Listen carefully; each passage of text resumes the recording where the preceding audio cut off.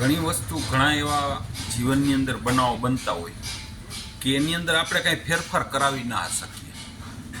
દાખલા તરીકે છોકરાને આપણી અપેક્ષા હોય કે 95% આવશે અને 75% આવ્યા રિઝલ્ટમાં, તો આપણે કાંઈ ફેરફાર ના કરાવી શકીએ.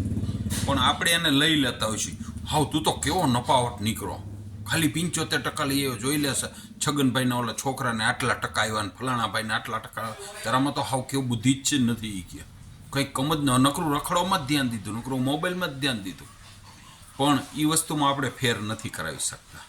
પછી ઘણી વખત કોઈક આપણી વોવે શાક બનાવ્યું હોય, એની અંદર મીઠું ના હોય અથવા તો ચટણી વધી ગઈ હોય, આવા કાંઈક ફેરફાર થયા હોય તો એમાંય આપણે કાંઈ ફેરફાર નથી કરી શકતા. ચટણી વધી ગઈ હોય તેમાં કાંઈ આપણે ફેરફાર ના કરી શકીએ. અને આપણે ઘણી વખત એને લઈ લેતા હોય, બાપની ઘરે કોઈ દી શીખી છો કે નહીં રસોઈ બનાવવાનું, આવી હોય, આટલી ચટણી હોય, આટલું આમ હોય, ખરેખર રોજ શાક સારું બનતું હોય, પણ છતાંય આ વસ્તુ થઈ ગઈ હોય તો આપણે કાંઈ ફેરફાર નથી કરી શકતા. પછી માની લો કે ચા વોવે મૂકી હોય અને ચા ઉભરાઈ ગઈ હોય, તો શું કહે, ક્યાં ડોળા ફાટ્યા હે, એટલી ખબર નથી પડતી ચા ઉઘરાઈ ગઈ, નકરા મગજ ક્યાં હાલે છે, હું આપણે એમાં કાંઈ ફેરફાર કરાવી શકીએ છીએ? નથી કરાવી શકતા.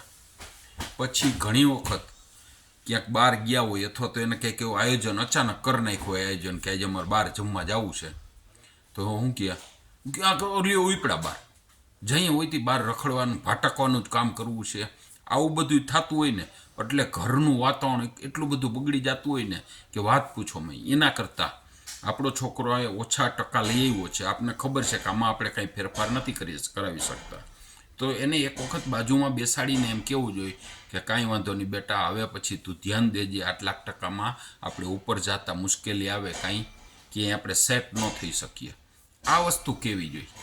પછી જમવાની અંદર કે ચટણી વધી ગઈ કે મીઠું વધી ગયું કે જે થયું, એને બાજુમાં બેસાડીને એમ કહેવું જોઈએ કાંઈ વાંધો નહીં બેટા, આજ ચટણી વધી ગઈ છે, હવે પછી ધ્યાન રાખજે, આવું તો હાઈલા રાખતું હોય, હું તારા જેવડી હતી તે મારે આવું થતું.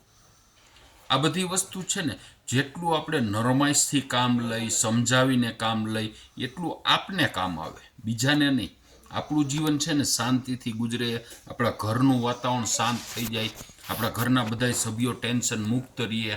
ઓલું તો શું થાય ખબર, નાની નાની બાબતમાં આપણે ટક ટક ટક ટક કે કંઈ એવું કીધા રાખતા હોય ને તો ઘરનું વાતાવરણ બગડે. હવે ઇફેક્ટ ક્યાં આવે ખબર, આપણે વહુને કાંઈક ટક ટક કરીએ કે આવું આવું કહી દે, એની ઇફેક્ટ આપણા છોકરાને જ આવવાની છે, આપણા છોકરાને ટેન્શન વધવાનું છે. તો પછી આપણે શું કામે એવું કરવું જોઈએ? અને એકાદ નાના બનાવની અંદર આખી જિંદગી માથાકૂટ કરી, એના કરતાં આખી જિંદગી છે ને થોડું ઘણું આઘા પાછું કરીને રહી તો મજા જ આવ્યા રાખે. ઓલું ઘરનું વાતાવરણ કાયમ ગરમ રહીએ, એસી હોય ને તોય વાતાવરણ ઠંડુ ન થાય, અને ઓલું વગર એસીએ ઠંડુ વાતાવરણ થઈ જાય. જો શાંતિથી વ્યવસ્થિત આપણે એને સમજાવીને અથવા તો આપણે સમજીને થોડું આઘા પાછું કરીને જીવન જીવતા હોય ને તો કોઈ દિવસ વાંધો ન આવે. એટલે શક્ય હોય ને ત્યાં સુધી મોજથી, આરામથી, બીજાને ડિસ્ટર્બ કર્યા વિના આપણો પરિવાર કેવી રીતે શાંતિથી રહી શકે, આપણા છોકરા, આપણા વહુ, આપણી દીકરી કેવી રીતે એનું જીવન શાંતિથી રહી શકે, એના માટે થઈને આપણે કાંઈ જાતું કરવું પડે, જાતું કરી દેવાનું.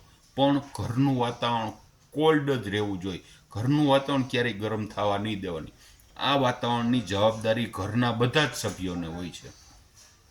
એક પણ સભ્ય આડાહુડું ન થવું જોઈએ. બધા જ સભ્યોને એવું વિચારવાનું કે હું કેવી રીતે રહું તો મારા ઘરનું વાતાવરણ શાંત અને ઠંડુ રહે. આ જીવન જીવવાની રીત છે. જીવન બગાડી નાખવાની રીત અને બગાડવાની જરૂર નથી. જીવન જીવવાનું હોય, જીવનને વેડફી નથી નાખવાનું, ટેન્શનવાળું જીવન નથી કરી નાખવાનું, બરોબર ને? ભીખાલાલનું આવું માનવાનું છે.